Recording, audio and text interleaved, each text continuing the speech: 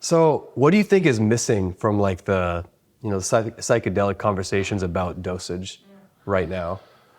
Well, the biggest problem is people aren't really looking at potency. What we should be talking about is how much psilocybin you're consuming, right? And when you look at cannabis, which is the best thing we can look at for this, you wouldn't take a cannabis edible unless you knew how many milligrams of THC you're consuming. Well, the same really should be true with mushrooms. You shouldn't do mushrooms unless you know how much psilocybin you're consuming. And not to say that you can't, and not to say that there isn't a lot of tradition that people have used, and people have been doing this work for a very long time. But if you're, with the potency being where it is now, and the extremes, because people are getting better and better at growing things, you really need to understand how much psilocybin you're consuming, not just the dry weight of the mushrooms.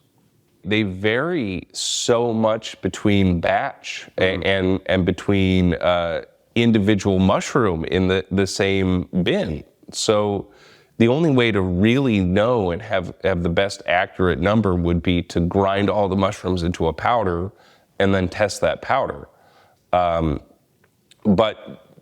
typically when you're getting mushrooms, people want to get a mushroom. They don't want to get a powder. If I'm somebody who's curious and I want to know how much potency my psilocybin mushrooms have, how would I do that? I wish I had a good answer for you. There are some promising home tests that are coming out. I don't have any that I recommend yet, but there are some that you could, like a little chlorine test strip or that style where you dip it into something and it'll change color.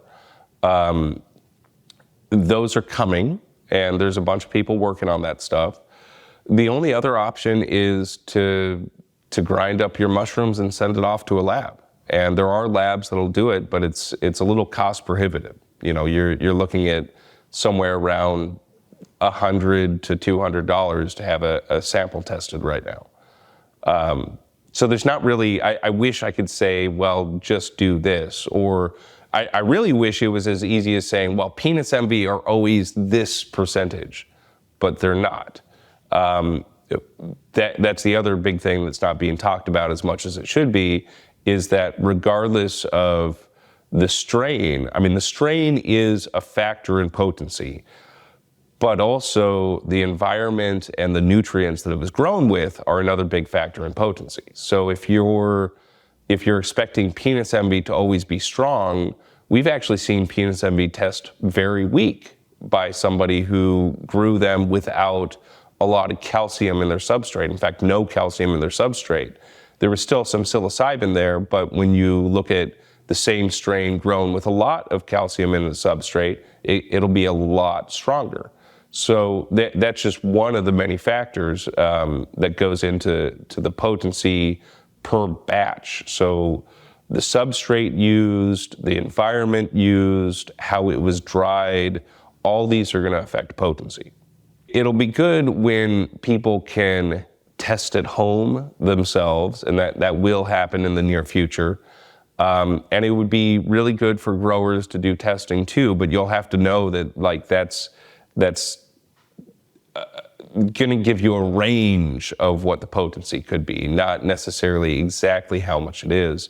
I think the bigger thing is something that's just starting to happen because the church is pushing it, is people who are making edibles like chocolate bars and different, there's candies, there's gummies. They need to be testing so that when people are consuming those, they'll know how much psilocybin they're consuming. Exactly. That's going to be where the consumer can really start understanding things a little bit more, because if you're just trying to get a bag of mushrooms and have it tested, there's a lot more challenges that go into it than getting a chocolate bar where somebody already had to grind up all the mushrooms together and they could have got it tested at that point. I went to a ceremony where I did 2.5 grams of penis envy, and it was strong. But coming out of the experience, I was like, man, they only gave me 2.5 grams, and I was really focused on the number. we had a fascinating conversation where you broke that 2.5 grams down. Yeah. And I wanted to have you do that again, because I think that was really helpful for me to understand it in a different light. Yeah, well, it all comes down to body weight, potency, and tolerance, right? So a 100-pound person will reach a breakthrough dose at 20,000 micrograms.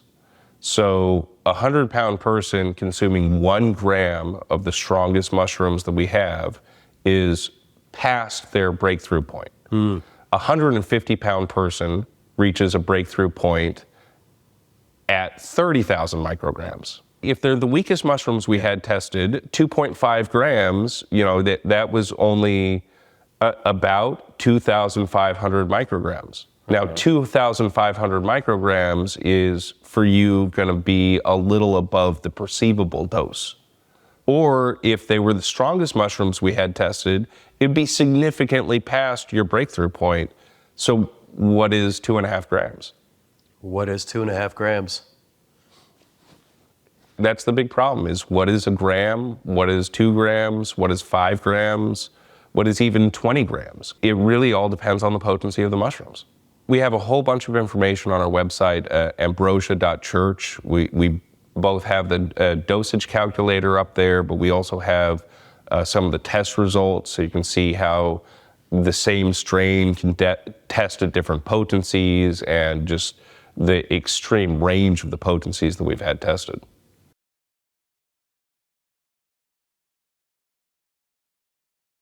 Some of the most popular strands that we've seen through the church, things like Golden Teacher and Thai, and even Hawaiian, they test low consistently. I've never seen a Golden Teacher test above a 0.6%.